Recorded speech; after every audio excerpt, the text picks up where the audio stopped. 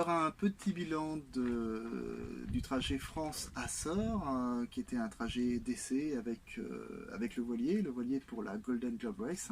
Et le fils? Et le fils qui est en train de filmer là ici, qu'on doit bien entendre parce qu'il est plus proche de la caméra. En fait j'ai profité d'avoir mon fils comme ça, je l'avais en même temps car il part en Inde faire ses études et je ne le reverrai plus avant Noël.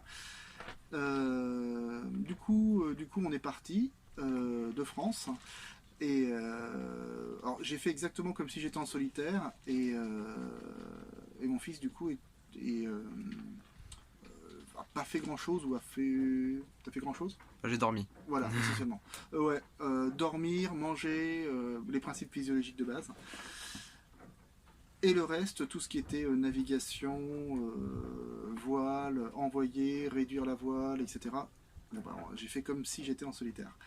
Les bonnes choses, c'est que le bateau il est super, il n'y a pas de souci. Certaines choses ont cassé.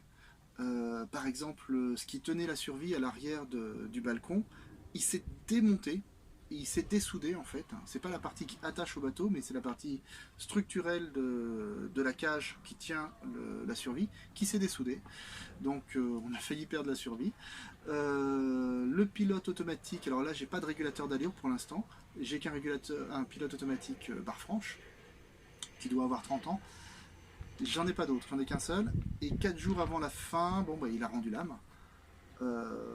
Donc ça j'ai essayé de le réparer mais ça marche pas pour l'instant et donc on a essentiellement fait du prêt sur 15 jours France Açores. On a fait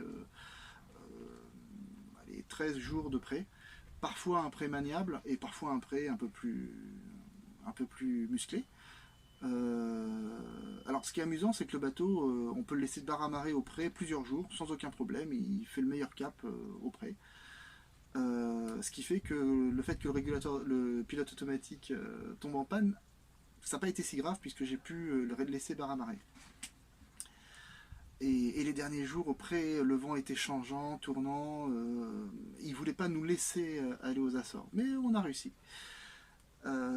Sinon tout le reste a bien fonctionné. Bon c'est sûr que 13 jours auprès, à l'intérieur il y avait du bazar. Tout ce qui devait tomber est tombé. Faire la vaisselle auprès c'est avec le harnais, on s'harnache à la cuisine. Tout est beaucoup plus difficile, beaucoup plus fatigant.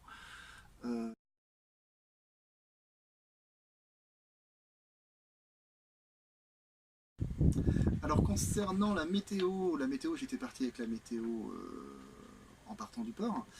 J'avais une météo à 9 jours ou à 7 jours. Mais après je pensais obtenir la météo ou par la radio ou par la radio. J'imagine encore qu'RFI faisait la météo marine.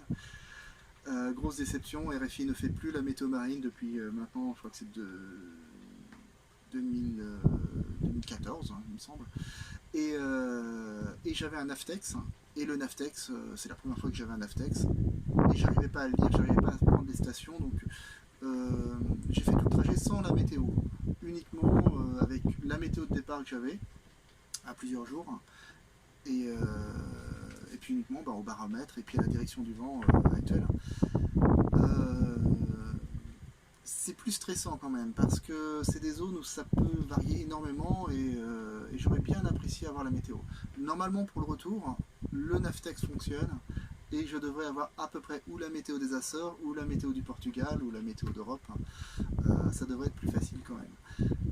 Non pas que ça change du tout au tout, mais ça peut permettre de prendre des options plus intéressantes et plus sûres.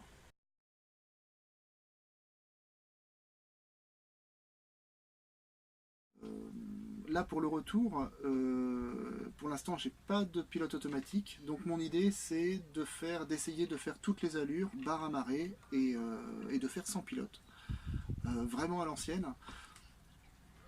C'est pas forcément le choix le plus facile, mais c'est sûrement aussi des choix le plus technique pour que je puisse apprendre le mieux de mon bateau et de l'équilibrer le mieux.